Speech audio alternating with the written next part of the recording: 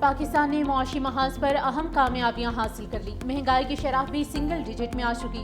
وفاقی وزیر خزانہ محمد اورنگزیب کا چینی میڈیا کو انٹرویو، کہا معاشی استحکام اور زر مبادلہ کے ذخائر میں بہتری آئی ہے، موجودہ زر مبادلہ ذخائر 2.5 ماہ کی درآمدات کے لیے کافی ہیں۔ پاکستان کی معاشی کامیابیوں کو عالمی سطح پر بھی سراہا گیا، پر امید ہے رواں مالی سال 3.5% شرح نمو حاصل کر لیں گے۔ سی پیک کے دوسرے مرحلے میں اہم پیش رفت ہوئی، بیجنگ میں 24 مشترکہ منصوبوں پر معاہدے ہوئے، سرمایہ کاری کے نئے مواقع بھی زیر غور ہیں۔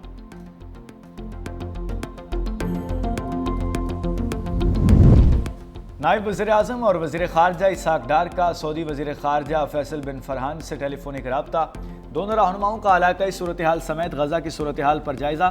ترجمان دفتر خارجہ کا کہنا ہے کہ دونوں رہنماؤں نے علاقائی امن و استحکام کے لیے اپنے عزم کا اظہار کیا۔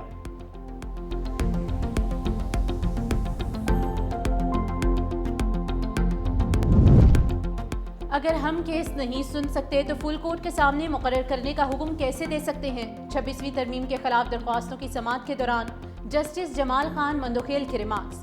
افراسیاب خجک کے وکیل خواجہ احمد حسین کے بھی فل کورٹ کی تشکیل کے حق میں دلائل، موقف اپنایا۔ ابھی تک تو وفاق نے فل کورٹ یا حکم دینے پر اعتراض نہیں اٹھایا، عدالت حکم کے لیے راستہ کیوں مانگ رہی ہے؟ جسٹس محمد علی مظہر نے استفسار کیا کہ اگر 16 ججز آتے ہیں تو کیا وہ ریگولر بینچ بن جائے گا؟ وکیل احمد حسین نے کہا کہ کل اگر کسی اور ترمیم سے آپ کے اختیارات چھین لیے گئے تو کیا آپ یہ معاملہ نہیں دیکھیں گے؟ آپ کہتے ہیں کہ آپ کے ہاتھ بندھے ہیں تو ایسا نہیں ہے کہ اس کی سماعت کل تک ملتوی۔ 26 نومبر احتجاج کیس میں علیمہ خان پھر غیر حاضر۔ راولپنڈی کی انسداد دہشت گردی عدالت نے چوتھی مرتبہ ناقابل ضمانت وارنٹ گرفتاری جاری کر دی ہے۔ مسلسل عدم حاضری پر علیمہ خان کے 1 لاکھ روپے کے ضمانتی مسلح ضبط کرنے کا حکم، ضامن عمر شریف کو شوکاز نوٹس جاری۔ 24 اکتوبر تک جواب جمع کرانے کی ہدایت۔ ایس پی راول سعد ارشد اور ڈی ایس پی نعیم کو توہین عدالت کا شوکاز نوٹس جاری۔ علیمہ خان کے روپوش ہونے کی رپورٹ بوگس قرار دے دی۔ دونوں پولیس افسروں کو 24 اکتوبر کو ذاتی حیثیت میں طلب کر لیا۔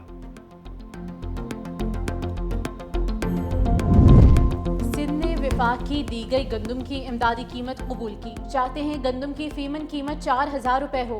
وزیر اعلیٰ سندھ سید مراد علی شاہ کی پریس کانفرنس، کہتے ہیں وزیر اعظم کے ساتھ گندم کے حوالے سے بات ہوئی، سندھ کے کسانوں کو جلد خوشخبری دینے جا رہے ہیں۔ جب بھی کسانوں کو سہولیات نہیں دی گئی تو گندم کی پیداوار کم ہوئی۔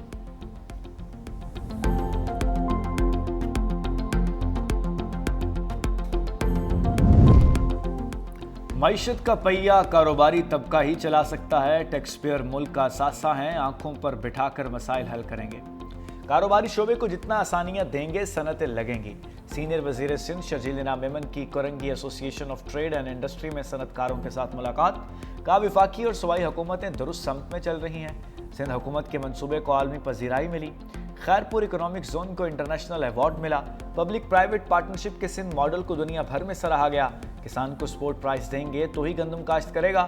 وفاقی حکومت نے پیپلز پارٹی کی اپیل پر گندم کی امدادی قیمت مقرر کی۔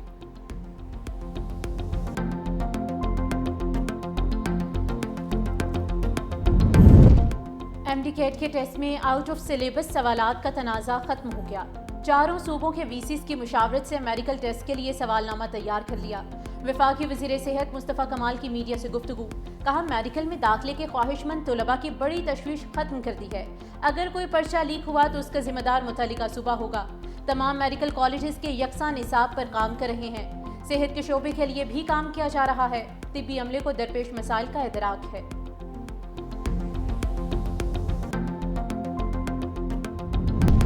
حماس نے مزید 2 یرغمالیوں کی لاشیں اسرائیل کے حوالے کر دی۔ اسرائیلی حکام کا کہنا ہے کہ اب بھی 13 لاشیں حماس کے پاس موجود ہیں۔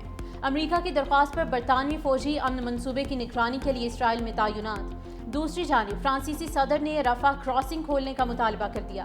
صدر میکرون نے کہا کہ بچے بھوک سے مر رہے ہیں، سرحد پر خوراک کا ڈھیر غزہ میں داخلے کی اجازت کا منتظر ہے۔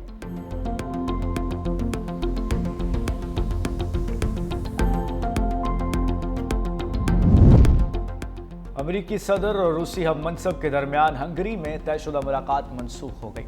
صدر ٹرمپ کی جانب سے انکار کے بعد روس کے یوکرین کے مختلف شہروں پر فضائی حملے، 6 افراد ہلاک، 21 زخمی۔ صدر زیلنسکی نے کہا حملوں سے ظاہر ہوتا ہے جنگ ختم کرنے کے لیے روس پر ضروری دباؤ نہیں ڈالا گیا۔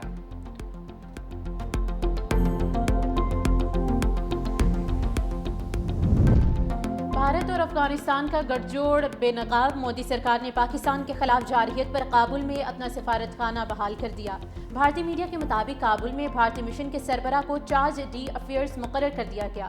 باقاعدہ سفیر بھی جلد تعینات کیا جائے گا۔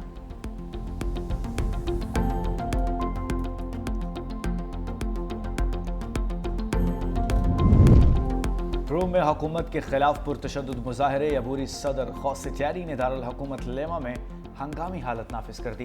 عوامی اجتماع، احتجاج اور دیگر آئینی حقوق 30 دن کے لیے معطل رہیں گے۔ صدر جیری نے اپنے خطاب میں کہا کہ فوج کو سڑکوں پر گشت کی اجازت دے دی ہے، جرائم پیشہ افراد کے خلاف جنگ جارحانہ حکمت عملی سے لڑی جائے گی۔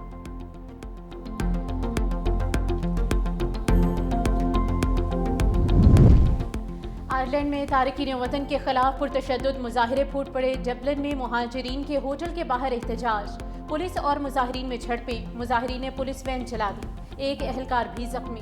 پولیس کا مظاہرین کو منتشر کرنے کے لیے واٹر کینن کا استعمال، 6 افراد گرفتار۔